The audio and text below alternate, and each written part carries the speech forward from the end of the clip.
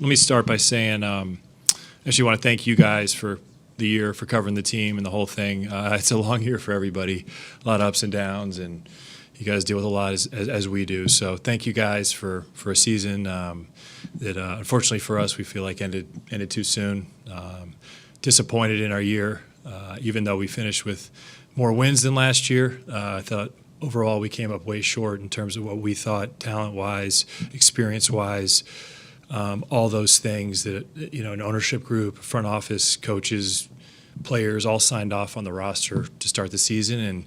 And, we just got ourselves too far behind the eight ball, frankly, as the season went along and chased it down at the end, and it's just too little too late in a tough Western Conference. So a lot to figure out, a lot to improve on, but, disappointed to be here today, frankly. So Steph and Draymond and Steve have been, vocal about wanting to bring Klay back, wanting to keep that core together.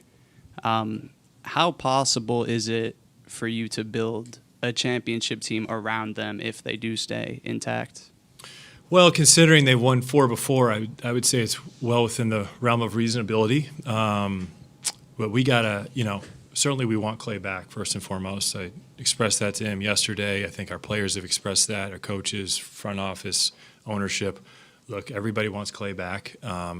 He's still a really good player, and I think we have enough good players in our system. We have enough assets to acquire good players, and we have the ability to keep getting better. So given that, as long as those guys are still really good, I think we can contend and compete, but we just unequivocally have to improve. How much will financials come into play this summer, and how reasonable is it to improve the roster, make the moves you want? Well, I guess do you guys want to duck the luxury tax entirely?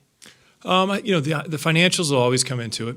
It's part of the puzzle. I wouldn't say we're at a point now where we're saying we got to be out of the tax or we got to be under a certain apron or anything like that. We're going to look at everything.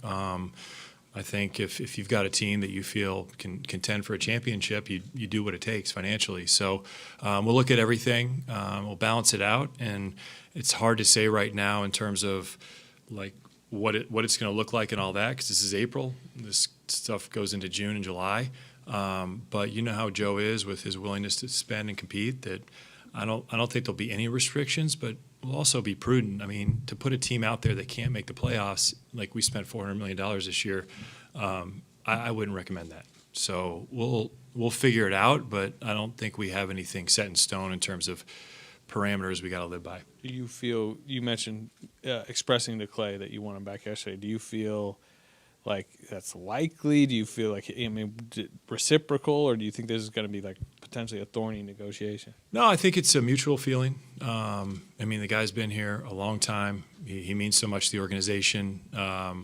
We really, really value him. And so there's nothing that would make me think that he wants to go somewhere else or we don't want him back. And for that reason, I'm hopeful we can make it happen. But, it's a deal. Both sides got to be good with it, and we'll work through that. But I think, hopeful, I'm optimistic I am about it.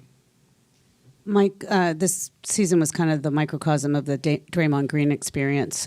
Can't live with him at times. Can't win without him. What is your feeling of certainty that he's part of this going forward, and how do you navigate that if sometimes he's just not available to you?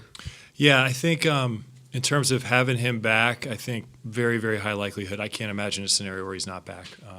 Could be wrong, but man, he's signed up under contract. We value him. He's a core piece of what we do. So fully expect him to be back. I think we won over 60% of the games he played in this year. So you know how meaningful he is to winning, and he'll continue to do so. As far as the other stuff, part of it, I think, is managing him, Steph, and Klay as they age. These are long seasons. These guys have been through a lot. So we've got to manage the emotional, the mental, the physical stress and the fatigue these guys take on, and that'll be a part of the process moving forward. But I think Draymond, I think he's in a great place mentally, just evaluating and observing him over the season after the suspension. I think he's learned from it. I think he's better. And we'll continue to work on that stuff and have it on top of mind. But, I think, we're in a really good place with him and excited to have him back. How would you assess this season for Jonathan? And then being that he's extension eligible this summer, how do you see his future here in Golden State? Yeah, I think really good growth out of JK. Frankly, put a ton of time in this past offseason, came in, had a great preseason, and got off to a little bit of a slow start, but found his way and was, had a stretch there in the middle of the season, was, not only one of the best players on our team, but in the league. And that's where we see the potential with him. And like with him and our other young guys, vitally important that these guys take another step because, that's how we're going to balance this thing out with, our more mature legacy players with, a younger core group that can push us forward and help us win. And like Moses, JK, those guys are extension eligible. Once, we'll get down the road with that, but unequivocally, we value them. We want them here, so we'll see how that goes. Mike, earlier you said you have the assets to acquire good players, and Joe's never been afraid to take big swings, whether they're from Durant to the reports of the inquiry in LeBron, whatever. I realize you can't talk about specific players, but how realistic, given the position you're in, given your roster, how realistic is it to take a big swing, to add a marquee player?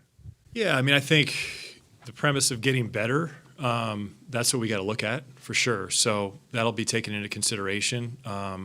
We also got to be mindful of the player, who it is, the age of the player, the skill set of the player. It's all got to fit to be able to put the chips on the table to make a move. So those are the things we'll kind of look at and evaluate. But there's multiple ways to get better, and that's certainly one of them. Moses has had a kind of a strange first few years from a rotation standpoint. Every time it looks like he's broken through DMPs. As he enters year 4, as you rebuild the roster this summer, is there a desire to kind of clear the path for him a little bit from a rotation standpoint, or figure out his future, get it more settled than it has been? Yeah, I think the good and bad of the situation with Moses is first, he's improved, he's gotten a lot better. And on top of it, I think any issues with him playing, frankly, as a result of our depth, which is also a good thing. But in the end, you're right, he hasn't probably played as much as we'd like, and there hasn't been a clear enough path. So that'll be something we'll look at. I think it's really important coming into year 4 for him that there is some reasonable playing time available for him where he can impact our team and be out there and continue to improve. And I think that's a fair thing. Mike, you've seen 83 games now, knowing what you lack, knowing how the West is stacked up. In hindsight, could you have improved this team at the deadline? Was there something that was out there that might have helped, like looking back on it? I think knowing what I know now, there's not anything on the table that I would have done or gone through with. I think it was good to see this team out. I think one of the best things about this year, frankly, is there were no catastrophic injuries. There's no, hey, Steph only played 40 games. What would this team be like without him? Thing like that. We know clearly what this team was. It wasn't good enough, and so there's no doubt about that. There's no what ifs. If we had made a move at the deadline, well, maybe that wasn't the right move. What if we had kept this guy or that guy? We answered all those questions, and so now we can move forward with clarity. And but going back on it, no, I feel good about this team. We really put a lot into it before the season started, and a lot of thought. I thought it could play multiple ways, pretty versatile defensively, offensively. Did we do those throughout the year? No, but to be able to see that out after the deadline, I thought was important. That's what the feedback I got from the players, the coaching staff, and frankly, we were 27-12. The last half of the season. So I'm good with how, we went after the deadline. Just don't like maybe the earlier part of the season that got us too far behind that we couldn't make up. Mike, kind of, I guess, following up on that, then moving into this offseason, what do you think your biggest roster needs are? What did you guys really lack this season? Yeah, look, it's like I said, we got to get better in a lot of areas, but the ones that I think immediately jump off the page is, defensively, we got to be better. This is an organization, a team that when we've been really good and won championships, it's been mostly with defense, and then you got some great, exciting offensive moments that everybody thinks about, but it's really the defense that's been the core of the thing. So, improving defensively within, getting better defensive players, and then from there, I think as Steph and Draymond and Klay, those guys, kind of age, shooting's important. Shooting's important in this league. It's important to have guys that can shoot around them. So I think addressing that will always be a thing. But I think there's and then honestly size, and not necessarily at the center position, but positional size across the board, which has been a strong point of the teams here. Whether it's shooting guards, wings, small forwards, whatever it is, always had good size and length. So like to always keep that in mind and address that. But those are probably the biggest areas that I'm thinking about right now. And you mentioned shooting. How much this season there wasn't like a consistent secondary scorer that you could consistently rely on? Do you think that was an issue kind of throughout the year? Yeah, sure. I think so. I think a lot fell on Steph's shoulders. I think he would probably tell you that, and you could notice it in the wear it took on him. In fact, really with some of his decision-making at times too, and it's just a lot for him to burden. And we've got to find a way to help him out in that. And frankly, I think we've got some talent on the roster that can do that, and maybe we got to just be a little bit better about bringing that out. And so maybe there's some improvements from externally, but I think we have some ways internally to do that. Mike, after 1 year in this job, what's something you wish you knew last year that you'll take into next year? Oh, boy. Great question. I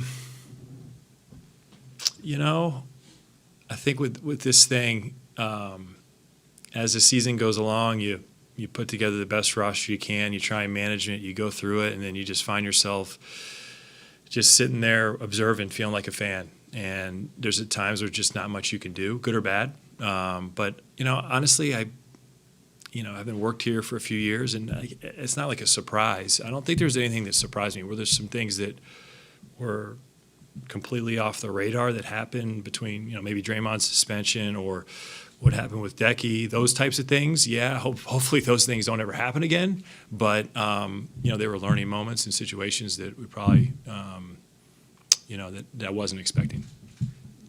Mike, what kind of presence in your mind is the managing of these extra years, these maybe the end years of a dynasty? How much are you thinking, okay, let's just maintain these guys, and as Draymond said, do right by them for what they've done? And how much is it, at some point you're going to need a roster that is past those guys, maybe, not for a while, but how much of a weight is that? How much of a responsibility is that for you? Yeah, I think it's certainly a responsibility just because this team and organization means so much to the Bay Area. So you can feel, what it means to the fans and even the people within the organization, the players. But it's kind of a cool opportunity. Normally you're trying to build a team from the start up and there's an ascension and all this. This is a little bit different. And so, I relish the challenge. And by the way, those guys aging out, it's Steph Curry, it's Draymond Green, it's Klay Thompson. Those guys are great guys to go out with, and so and they're still good at basketball. So I think it's a manageable thing. Is it challenging? Yes, but I relish it because it's unique, and I think it's somewhat doable. So we'll see what happens. Mike, you touched on Decky, and that was actually on my mind too. Just how Steve and your coaching staff and support staff navigated that, the unthinkable for everybody. And Steve also tried so many different rotations this season and starting lineups and got Trace such good experience. How did he navigate that with support from everybody else too? Yeah, Steve's masterful at that stuff. The Decky thing was new for everybody, so I can't say he was quite very experienced with that, but he handled it masterfully. It's a lot. An NBA season is a lot to navigate, and I think coming into it, the biggest thing our group wanted to push and focus on was our connectivity. And frankly, I thought we were great in that area. That showed up with the stuff with Decky, the stuff with Draymond, some just unthinkable losses that we had on the court with, blowing big leads or having games in hand that we gave up. This group never wavered. They stuck together. I just thought in the end we came up short, from a basketball standpoint. Too many mistakes, just not enough discipline, the small things, getting back on defense, not turning the ball over, not fouling. Those things did us in, and, we're sitting here today with the season ended because of it. Steve said something the other night that kind of stuck out. He said that he needs to be better, specifically talking about the offense, getting the offense into more rhythm and more flow. How do you think he was over the course of this season? Obviously, off the court stuff was one thing, but on the court, how do you think that went? Yeah, I think it went well. I think hopefully that shows in the contract extension we gave him. And I think if there's anything I look back on and think about and question is I think we built this team with a lot of depth in mind because some of our players on the roster are older. We've had some injuries. So you want to be able to survive those types of things. And frankly, we had great health this year. And because of it, it kind of created a logjam with minutes and rotations. And maybe that made it difficult on Steve and the coaching staff at times. I had to look back at it, evaluate it. Not sure that the answer is to go the other way and have more of a pecking order and less depth, because if you get hurt, you're in trouble.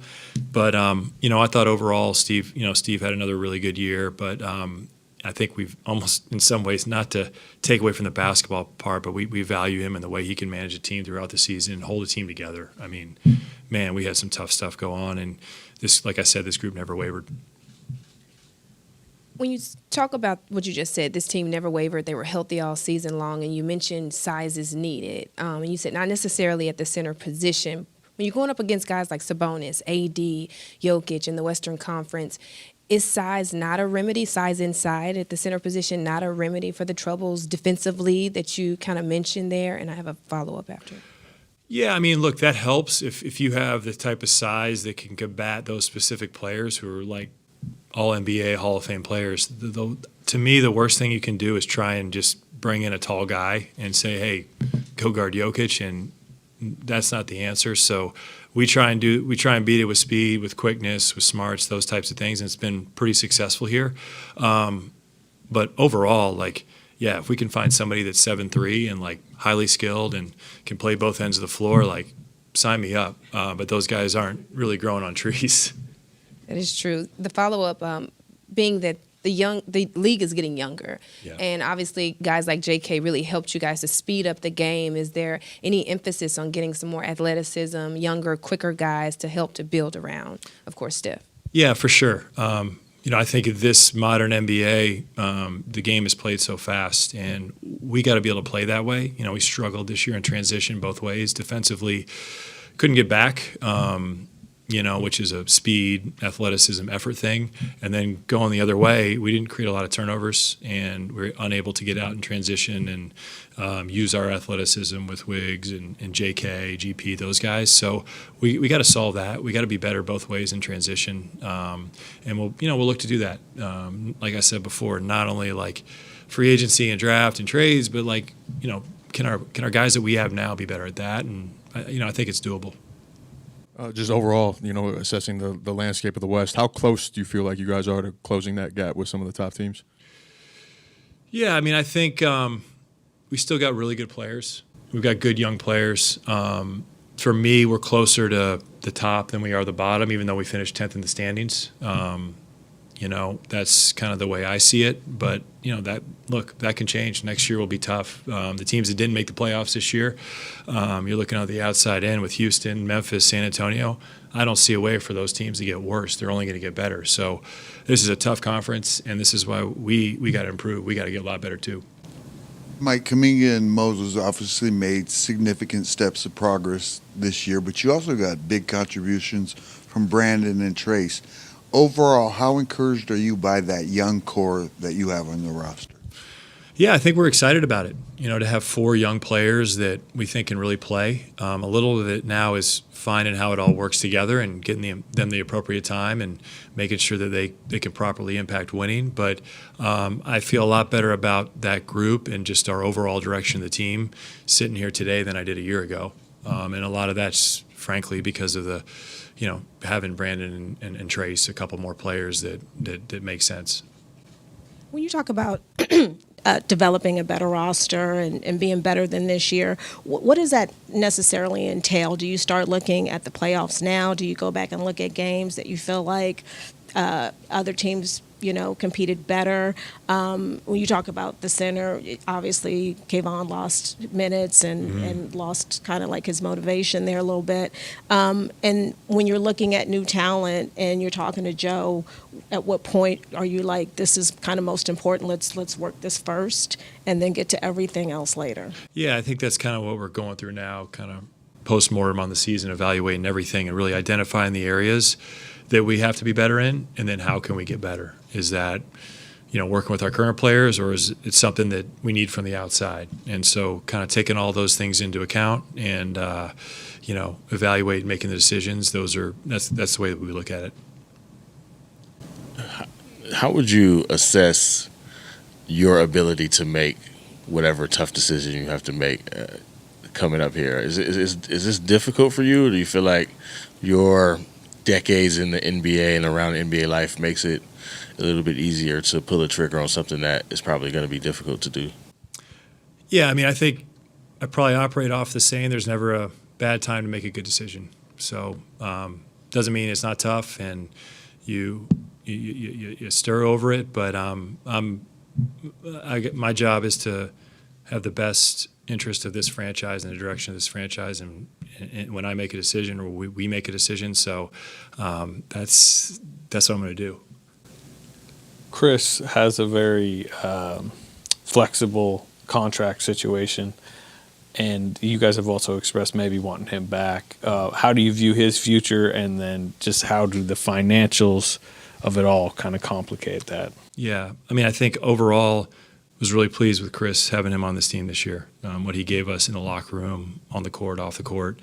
I think admittedly he probably wished he had a larger role and could help the team a little bit more. But I think moving forward, because of his production and the guy can still do it and what he means to winning and all that stuff, we certainly have interest in bringing him back. But the puzzle stuff we got to look at and figure out and see. And there's definitely a viable path to do that, but we're not really down the road yet of specifically what we can and can't do. Mike, you referenced being closer to the top than the bottom of the West. And certainly that makes sense when you look at the second half, 27-12. It doesn't make sense when you look at the other night. Right. As Steve said, you guys are kind of overwhelmed physically. Was that sort of jarring to see the way, not just that you lost, but the way you lost? And how does that sort of color your view going into the offseason? Yeah, honestly, not a lot. I don't take that game into consideration too much. That was the worst game we played all year. Give credit to Sacramento. They did a great job. But, I watched this team for 82 games. I mean, the amount of times that we've been ran off the court, very few. I think there were a couple of home games in January. Obviously, the Boston game where that was a different scenario. But, that was a game last night where I think or the other night where you got to be careful of overreacting to how it went. I don't think that represented our team on the whole for the season. But that being said, it kind of put the stamp on what the reality of this year was. So here we are, and I would say going into that game, whether win or lose, no matter how it happened, I knew we had to get better. Steve said earlier this season actually that they needed to really kind of get the best out of the athletic guys like Wiggins and J.K. and Gary. And obviously, Wiggins missed a few games and J.K. came along. Gary missed a bunch of games here and there. How do you look at especially Gary and Wiggins and what they can give you going forward given the situation that they're in? Yeah, I mean, I think those are the type of players you need on both ends. They can defend. They can do stuff offensively. They can finish at the rim. They have the athleticism. So we need those types of guys, and we need to bring the most out of their talent. That's really important. And I thought there were times this year where, they struggled individually, and then but I think of it as like a two-way street where we got to be better at helping them. And I think those are guys that if we talk about helping Steph and taking the load off him, those are guys moving forward that can do that offensively, and we got to find ways to do that. We didn't get to talk to Steph yesterday, but what was your message to him in the end of season exit interview, and what did he want to get across to you? I don't think there was any two-way messaging. It was just a discussion, dialogue of how the season went, what we need to do to get better, where he's at, hearing from him after 83 games and being 36 years old, where he's at. And I think he's in a really good place, and I think he's a player we'll continue to lean on, both with his leadership and his play. And man, that guy's as resilient as they come. My biggest thing was I'm disappointed for Draymond, our veteran guys as well as our younger guys, that you won't be able to play in the postseason. That's what everybody wants to see, not only here in the Bay Area, but frankly around the world, to see those guys compete at the highest level. So for them not to be able to do that is really disappointing. I feel for them, but it is what it is. It's our own undoing, and we got to live with it. And then in terms of, you mentioned some internal options of, possibly taking some burden off of him. How much of that needs to come with a scheme change? rather than players developing? Yeah, I mean, I think that's a good question. Maybe a little bit more pointed to Steve, but I think that's something that he'll look at and be open to. I thought we did some stuff this year that changed differently from what we have done in the past to help those guys, and I think we can do more of it. But yeah, I mean, I think that's something we'll look at, and I think everything's on the table in terms of how we play, how we want to do things. When you have a couple of years, we've missed the playoffs 3 of the last 5 years, so it's fair to evaluate and make changes to things. Actually, as a follow-up to kind of what you just said there, to just summarize the emotion in the front office right now, giving what you said about the consideration of the last game and how they lost, what you've said about having the pieces here, is there an overarching emotion that something has to change in this offseason for next season, or something drastic, or no? Yeah, I mean, I think the overarching emotion right now is disappointment. We're still sort of, settling in on what happened. Yeah, I just wanted to get kind of more clarity on the financial aspect of the equation, because wanting to get better, but also at this point it sounded like you guys need to trim salary. How do you decide? Well, this is worth paying this amount because we're going to be a playoff team, whereas like you just paid $400 million not for a playoff team. Like I guess take me through the mindset with the money right now and how needed it is to trim regardless of the moves available. Yeah, I think the way we'll look at it is seeing what we can do, what's out there, seeing what we project of the guys we have on our roster, how they can improve, talking through it with Steve and what he's looking to do to change things, and really getting a hard look at okay, this is where we can be, and then to go to Joe with my recommendation of what the appropriate spend is on all that. That's what it's going to come down to, and frankly, that's probably not going to happen next week or next month. It's like a lot of this stuff leads up to the draft and right up to the bell of free agency, so there may not be a lot of conclusions and solutions in the short term, but that's what we'll lead up to.